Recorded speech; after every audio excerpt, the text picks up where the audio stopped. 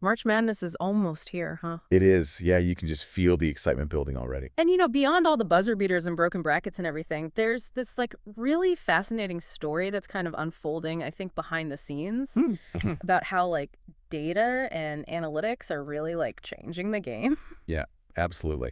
And for this deep dive, we've gone through a bunch of sources, and it really shows like how big of a role analytics plays now in college basketball, and especially during the tournament. So, Yeah. we got to look at how teams, scout and find players and how they like make their game plans even, and how all this data might even, affect how you fill out your bracket. Exactly. And that's what we really want you to get out of this deep dive today is to kind of understand, this whole world of basketball analytics and really how it impacts March Madness by the time we're done. Hopefully you'll be looking at all those close calls and upsets and stuff in a totally different way. Yeah, for sure.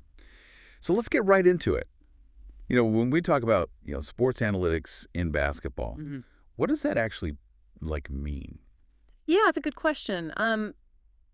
I guess, think of it this way. Like, instead of just saying, like, oh, this team has good shooters, analytics can actually tell us, like, how good are they from different spots on the court and, in what situations are they most effective or even, like, who's most likely to pass them the ball. Yeah. It's about using data to get a much clearer and more detailed picture of what's actually happening, out there on the court. And this isn't just some kind of trend or anything. Right. Like over the past, 10 years or so, analytics has become, I think, really vital in basketball. Yeah. It's almost like there's been this, evolution Oh, yeah. in how teams approach the game. Definitely. And you just look at the NBA, like, teams like the Warriors or the Rockets, they were like early adopters. They really focused on things like, the value of the three-point shot based on the data. And that same kind of thinking, it's definitely trickled down into college basketball now. Right. Where teams are, starting to really realize that data can give them an edge.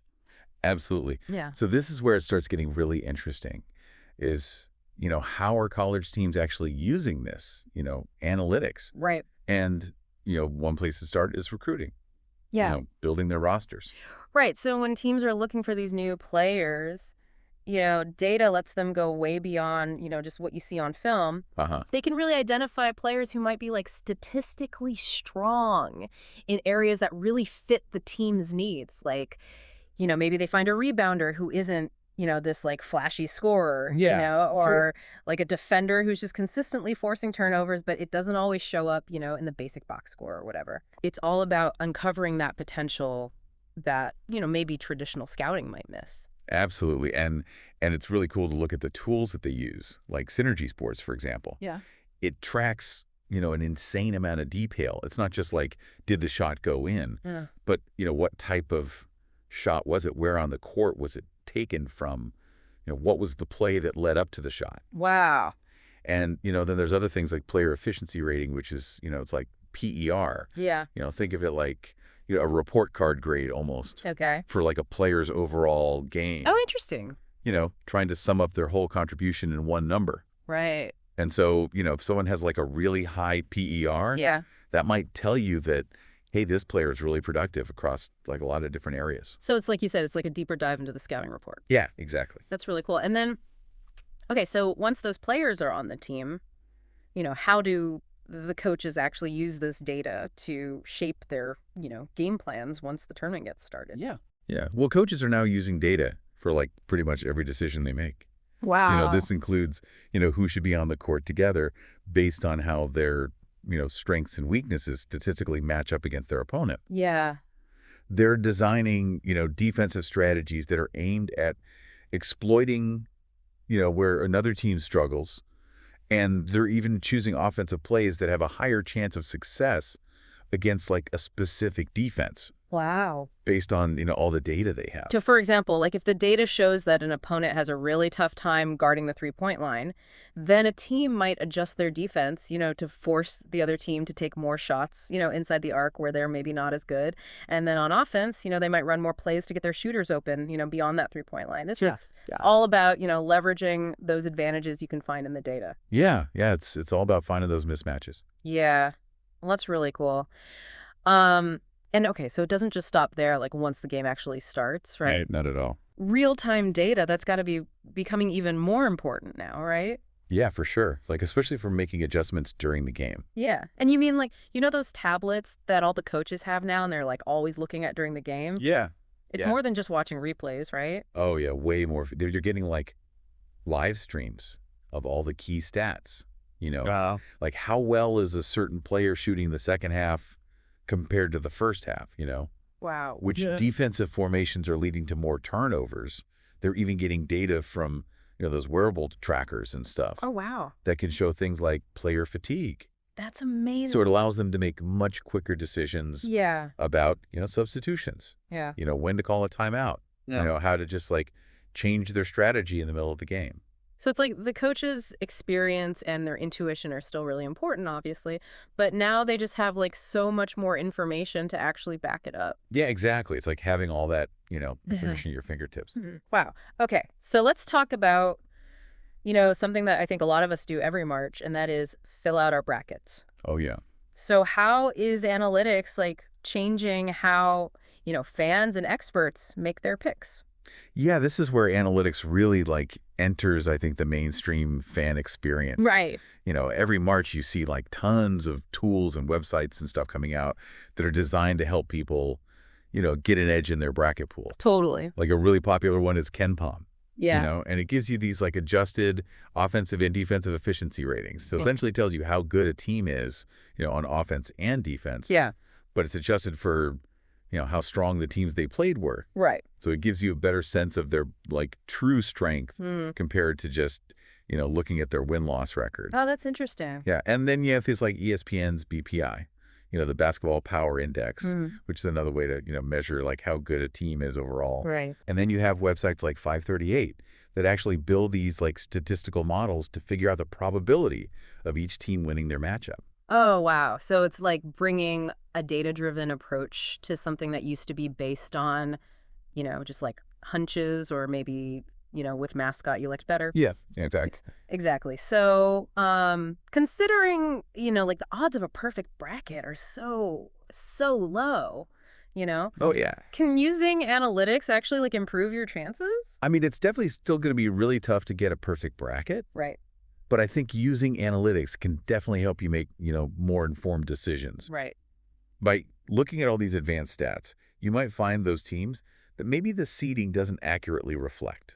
Oh, okay. So for example, you might have a lower seeded team with really strong efficiency numbers. Yeah. And they might actually be a better pick to pull off an upset than a team with like a similar seed, but, not as good of like underlying metrics. So you're saying like those teams that always seem to like bust everyone's bracket, Yeah. those double-digit seeds that make it to the Sweet 16 or whatever, like those are the teams that like these models are sometimes picking out like ahead of time. Yeah. Yeah, like those advanced metrics are looking deeper than just, the final score of a game. Right. They're looking at, how efficiently a team scores, how well they prevent the other team from scoring. And that's regardless of whether they won by 1 point or 20 points. Oh, I see. So you might have, a lower seeded team that just consistently plays really well in those, efficiency categories. And they might be, more ready to pull off an upset against a higher seed that maybe had an easier schedule or won a lot of close games that, could have gone either way. That's really interesting. It adds a whole other layer, I think, to understanding all those surprising results and everything. Yeah, for sure. And it kind of leads us to, one of my favorite things about March Madness, and that's those, Cinderella stories. Yeah. The underdog teams that make these like deep runs that nobody expected. So how does analytics kind of factor into their success? Yeah, so this is where I think analytics can really level the playing field for those underdog teams. Okay.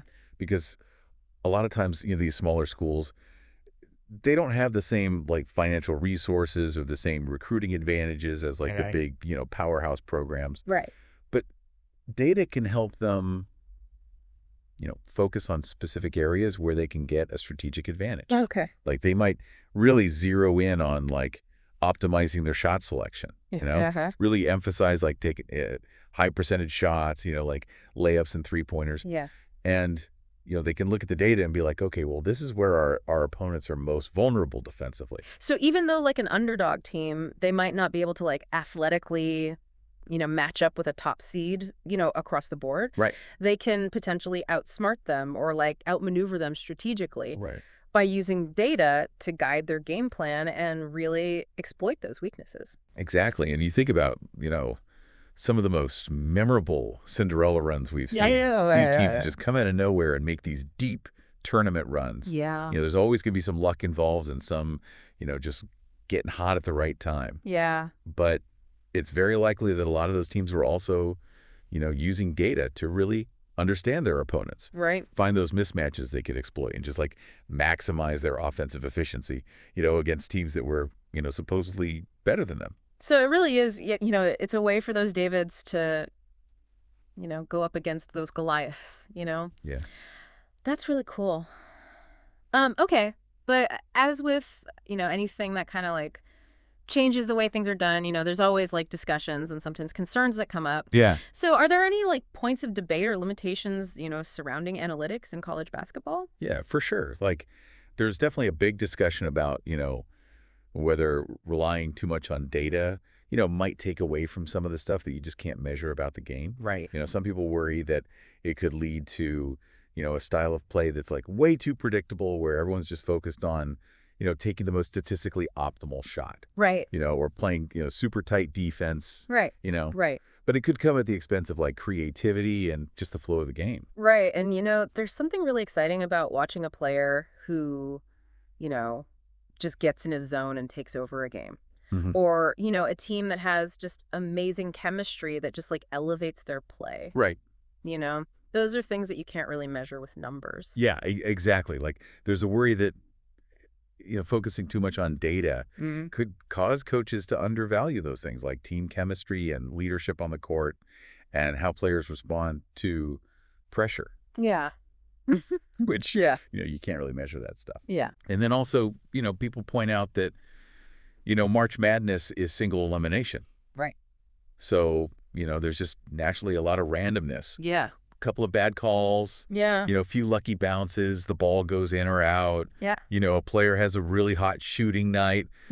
All that stuff can just completely throw off even the best, predictions. So even though, analytics can give us these valuable insights and can really help us make better decisions, it's not like it can predict everything. Right. That human element, and just the unpredictable nature of the tournament is always going to be there. Sure. So looking ahead now, what do you think? Like, what's the future of analytics in college basketball over the next 5 to 10 years?